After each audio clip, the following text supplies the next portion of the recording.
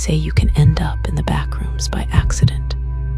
You just knocklip out of reality, one wrong step, one strange glitch, and suddenly, you're no longer in the world you know.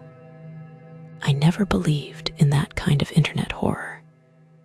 It felt like another creepypasta, another urban legend to scare bored kids. But after what happened to me last year, I can't dismiss it anymore.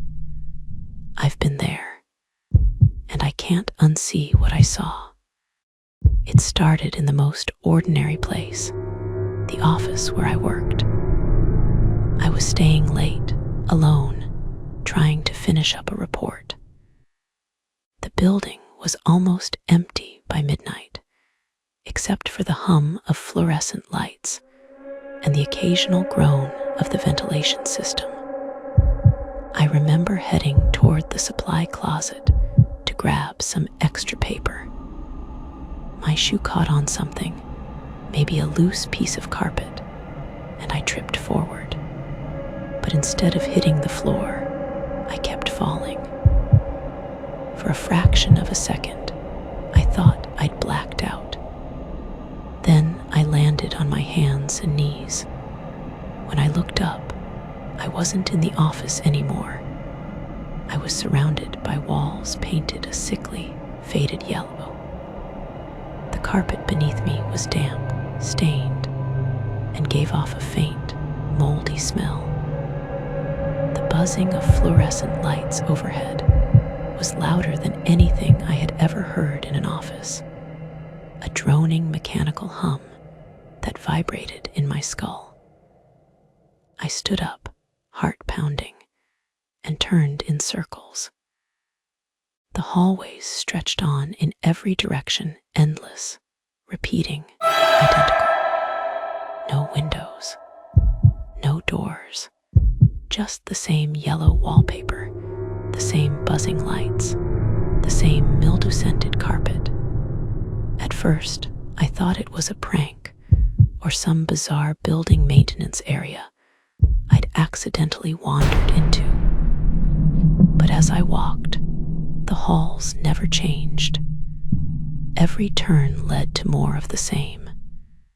After 10 minutes, panic began to creep in. After an hour, I was trembling. The strangest part wasn't just the sameness, it was the feeling of being watched. Every time I turned a corner, I half expected to see someone standing there. But the halls remained empty, completely empty, until they were. It began with sound, faint at first like soft footsteps somewhere far off. Then, a distant echo of breathing, low and uneven. I froze, straining to hear. The sound seemed to come from behind me, then ahead, then from the walls themselves. I picked up my pace, desperate to find an exit. I turned into a new hallway, and that's when I saw it. A shape far down the corridor. Human, or almost human. Its proportions seemed wrong, too tall, with arms that hung lower than they should. Its head tilted unnaturally to the side, as if broken. The buzzing lights flickered, and in those stuttering flashes of illumination, it appeared closer than before. I didn't think, I just ran.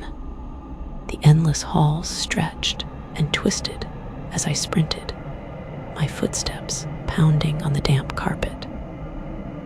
The buzzing lights seemed to grow louder, almost deafening, like they were drilling into my skull.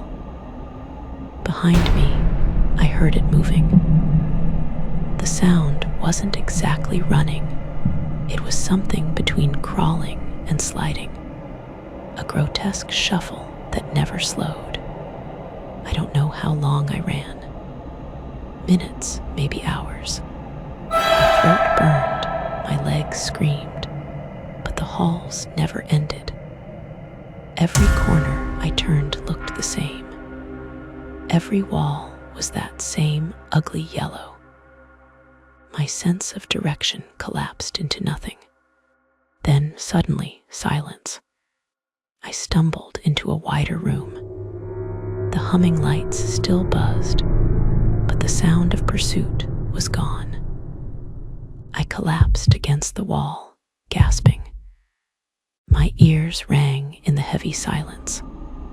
Slowly, I dared to believe that whatever had chased me was gone. That's when I noticed something on the wall. A message, scratched into the yellow paint with something sharp. Don't trust the SDARS. I had no idea what it meant, but the warning sank into me with ice-cold dread. Because on the far side of the room, for the first time, I saw a staircase.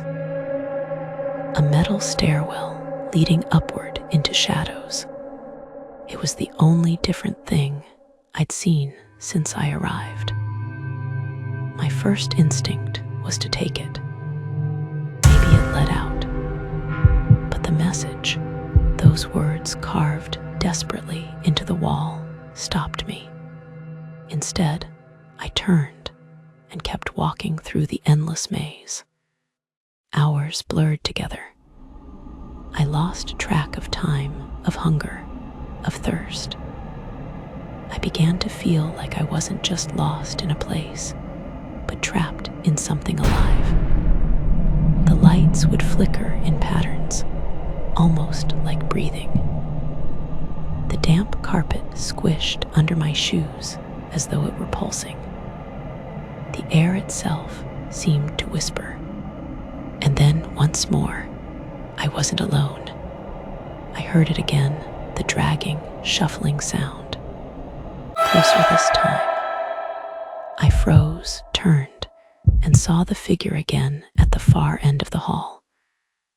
But this time, it wasn't moving toward me. It was standing perfectly still, head tilted, watching. I don't know how, but I could feel its gaze drilling into me across the endless corridor. I backed away slowly, step by step, until I couldn't see it anymore. Then I turned and ran again, blind with fear. I don't remember how I got out. That's the strangest part. One moment, I was sprinting down another endless hallway, the buzzing lights shaking above me. The next, I was back in my office, sprawled on the supply closet floor. The papers I'd been reaching for scattered across the tiles. I thought maybe I had fainted. Maybe it was all some nightmare. But when I looked down, my shoes were wet, damp with the smell of mold. To this day, I don't know what I experienced. Was it a hallucination? A different dimension? The so-called backrooms? All I know is that it felt real. Too real. And sometimes, late at night, when I'm alone in my apartment, I hear it again. That faint shuffling sound just behind the wall. Like it followed me back.